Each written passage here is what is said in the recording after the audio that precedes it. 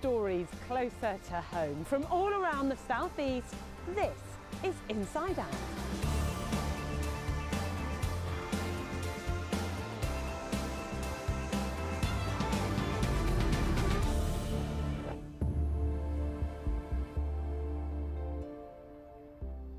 Hello and welcome to the programme, which this week comes to you from Dover. So the Brexit negotiations continue, and when Leave Day comes, this town will be on the front line. Many are worried about friction at the border between Dover and the EU. But what exactly is friction?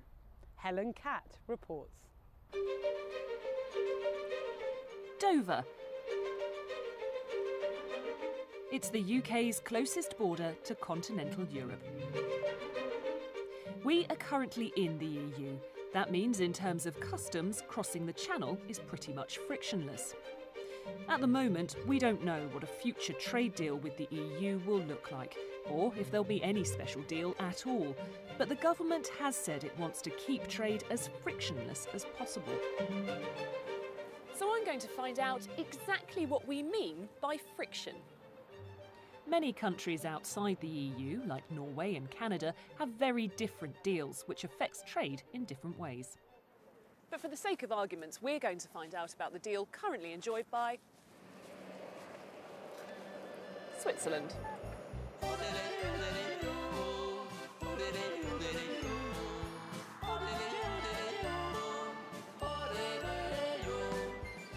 As we know, Switzerland is outside the EU, so here's the plan.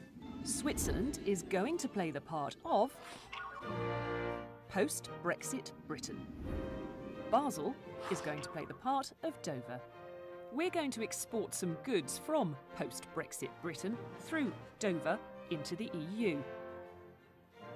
Now, it's obviously not an exact analogy. For instance, Switzerland is outside the customs union, but inside the single market. Under current government plans, we'd be out of both. But the question is, how much friction will we see?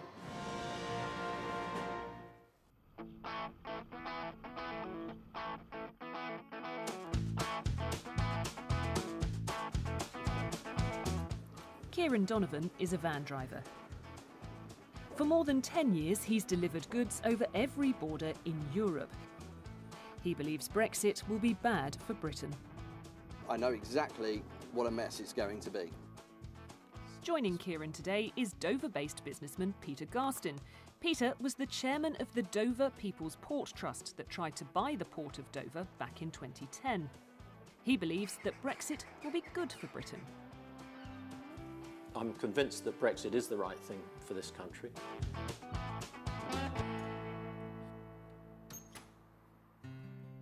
Peter and Ciaran meet up in Turbental, just outside Zurich. The item we're going to export is in this building.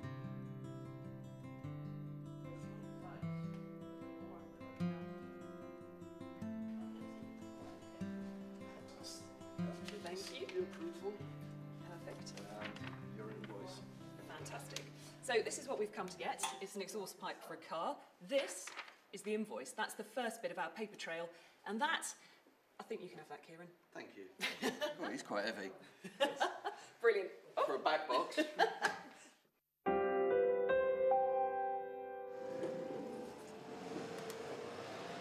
Right, pull it in the back in the middle. In the middle? Yep. Right, off we go. Well, so far, so frictionless. Or not quite. We did have to do a bit of paperwork before we could get this invoice. To export this exhaust pipe, we had to employ a customs agent. It's their job to ensure that all the paperwork is correct and all the relevant fee and tariffs have been paid before we can cross the border into the EU. And that's where we're off to now, ready to cross the border tomorrow with our load.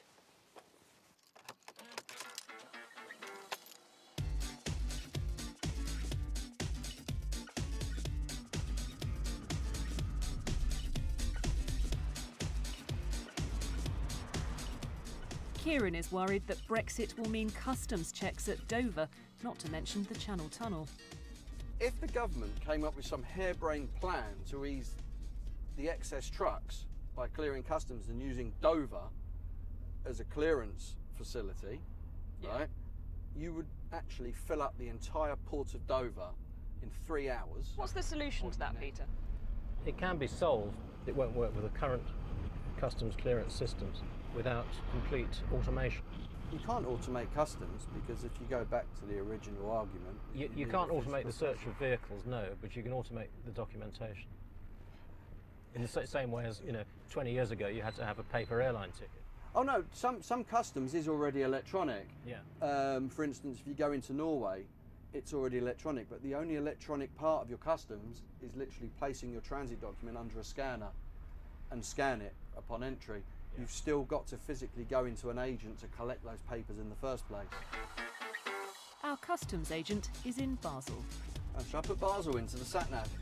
Yeah, it might help. So I've got about as much of a clue as you two about where I'm going. Well, look where we are. We're in a village in the middle of Switzerland somewhere, and you don't know your way to Basel, which is disappointing. It's very disappointing. I'm sacked.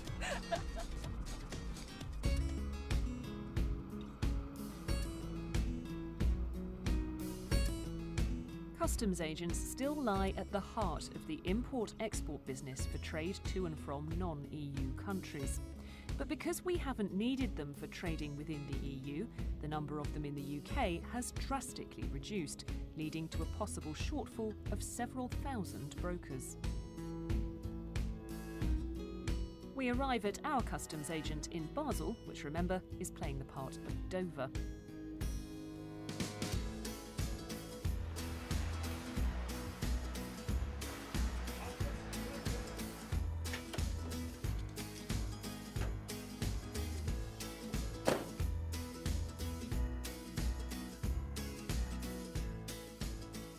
Hi, Tommy.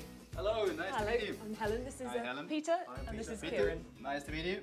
And Ciaran. Hi, Tommy. How you doing? Nice to meet you. Very well. How are you doing? And right away it seems that our paperwork is not in order. So this is our invoice. What have you got here apart from that? Yeah, what it is, it's what we had to do is we had to actually get in contact with that company. It's surely a very professional company, but in actual fact, we've noticed that the paperwork is not 100% correct. What sort of thing has to be on it to make sure that it will tick all the boxes for export? Yeah, what we need is, we need obviously a value of the goods. We need, in actual fact, a tariff heading, which was not completed on there, for example. We had to ask our customs brokers here in-house to actually get us a tariff heading for that exhaust. And we were also actually missing the weight. If there's problems on this pro forma invoice, this means I'm going to be delayed when collecting my documents because you can't process them. If everything's missing off of there, I could be stuck on the border for 2 or 3 hours. In the European Union, you can ship goods around without any paperwork now, frictionless. And but the knowledge has gone, since 25 years. A lot of companies, they are not producing proper paperwork for customs, and that's potentially a huge problem when you have to start doing customs entries again in Dover. Tommy tells us that in his experience, about 20% of all paperwork has errors. Now we go and do the physical customs clearance electronically. And Michael Blocking, he's the export controller. He will be doing that on screen online. Okay, so this is the import desk that Tommy's just been telling us. Now that green file there, you can see it bound up with a rubber band, that is for one truck. It's all the individual consignments that have come in from the UK. This is import documentation though, so this is under Swiss rules rather than EU ones, is that right? That's on the Swiss customs law, the import entries, yes. What do you make of all this, Peter? I think we've been told a lot of lies. I don't think anybody in government actually understands the nitty-gritty of the complexities of getting goods from A to B. Before you came and saw this for yourself, did you think the same, or did you think it was all fine and it would be okay? I'd been told it was all fine. A number of people in government have pronounced and said, yes, it's all going to be fine. Unless exporters in the UK are up to speed by the end of March, we're going to be in a right mess. It's changed my view drastically, yes. Thank you very much. I'm gonna hand this over now to Ciaran. Hi Ciaran, we've finished your paperwork. That's the transit document. Cheers, Tommy. You have to, don't forget to scan it at the border. And the border, yep. You have to scan it by the Swiss and the Germans. And the German authorities, yeah. Yep. And that's just the commercial invoices. We did you a copy as well. Yep, no worries. Just to hand this over in on clearance in Dover. If you have a problem, you give me a ring and I speak to Swiss Customs. Yeah? Okay. Sure. No worries, man. Okay. Yeah, cheers, Tommy. Have a safe trip, eh? Cheers, very bye-bye. much. Nice to All the meet you. best. Thanks. Bye. Right, we good to go? With the complete set of paperwork, it's just a short drive to the Swiss-German border. I never realised the error percentage was so high for documents, especially... That was something you picked up on as well, wasn't it? Was it 20% he thought? He said about 20%, that's something that he's rectifying. Which does seem very high. And that's a particularly serious friction. Export, import.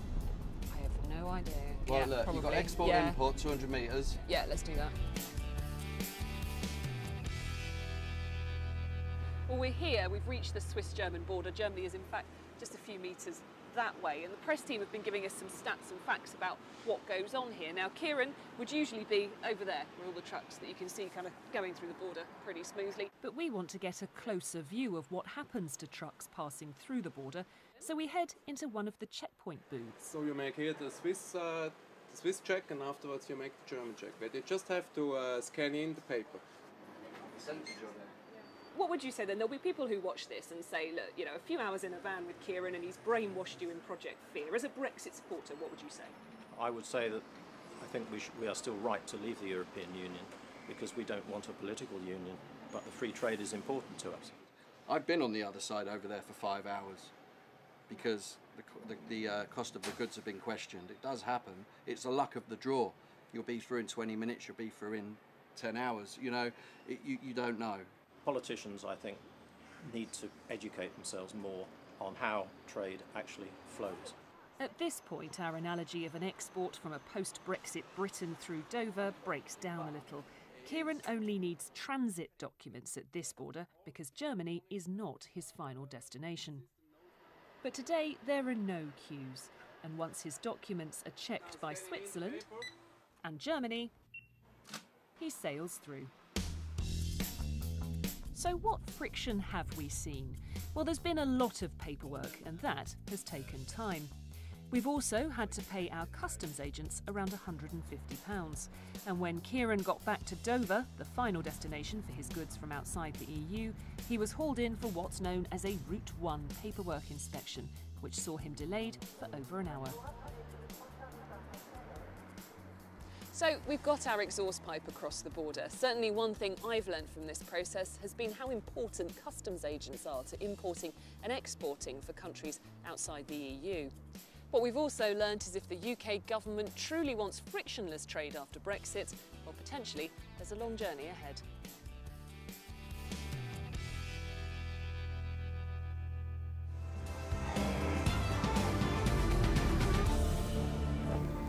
Helen Cat reporting. Coming up on Inside Out.